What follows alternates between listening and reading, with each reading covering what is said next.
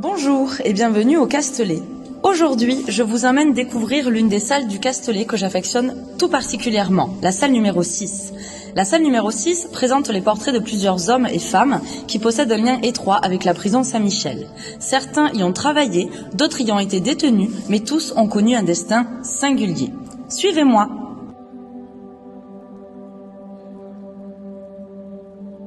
Autour de moi, vous pouvez découvrir plusieurs panneaux qui présentent les portraits de ces hommes et de ces femmes que l'on pourrait appeler les pierres humaines de l'édifice.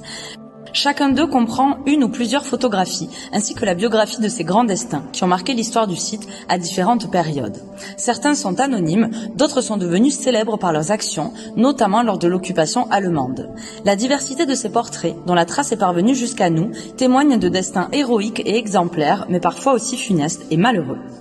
Parmi les 15 panneaux, on découvre des portraits appartenant à des membres de la Résistance. La prison Saint-Michel a en effet été utilisée par le régime de Vichy comme lieu d'enfermement des prisonniers politiques, et notamment des militants communistes, des juifs et des étrangers. En novembre 1942, les troupes ennemies réquisitionnent une partie de la prison qui sera divisée en deux. L'une partie sera française, l'autre sera allemande. À l'hiver 1943, les arrestations se multiplient et la prison est rapidement surpeuplée. Nombre d'exécutions auront lieu dans la cour d'honneur du Castellet ou sur le parvis devant la prison.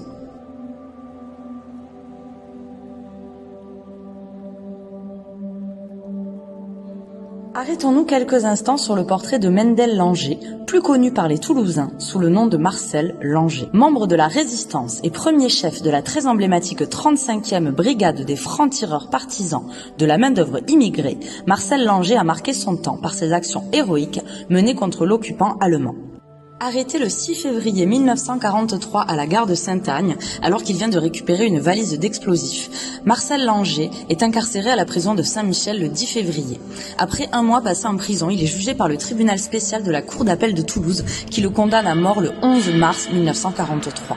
Lors de son procès, l'avocat général Pierre Lespinasse aura des mots très durs. « Vous êtes juif, étranger et communiste. Voilà 3 raisons pour moi de réclamer votre tête. » Mendel Langer sera guillotiné dans la cour d'honneur du Castellet le 23 juillet 1943 à 5h40 et donnera quelques 60 ans plus tard son nom à la station de métro Saint-Michel Marcel Langer.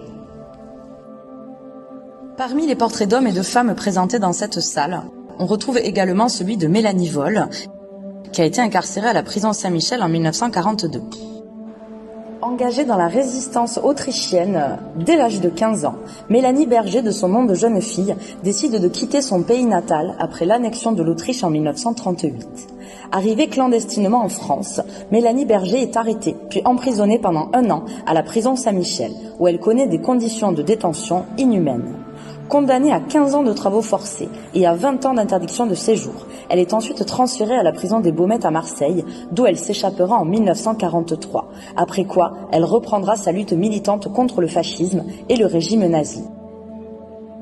La salle numéro 6 présente également une projection murale de plusieurs photographies qui appartiennent à différents protagonistes de la prison Saint-Michel. Ces témoignages nous permettent d'appréhender un petit peu mieux le destin de ces personnalités, anonymes pour la plupart, que nous avons appelées les sans-voix.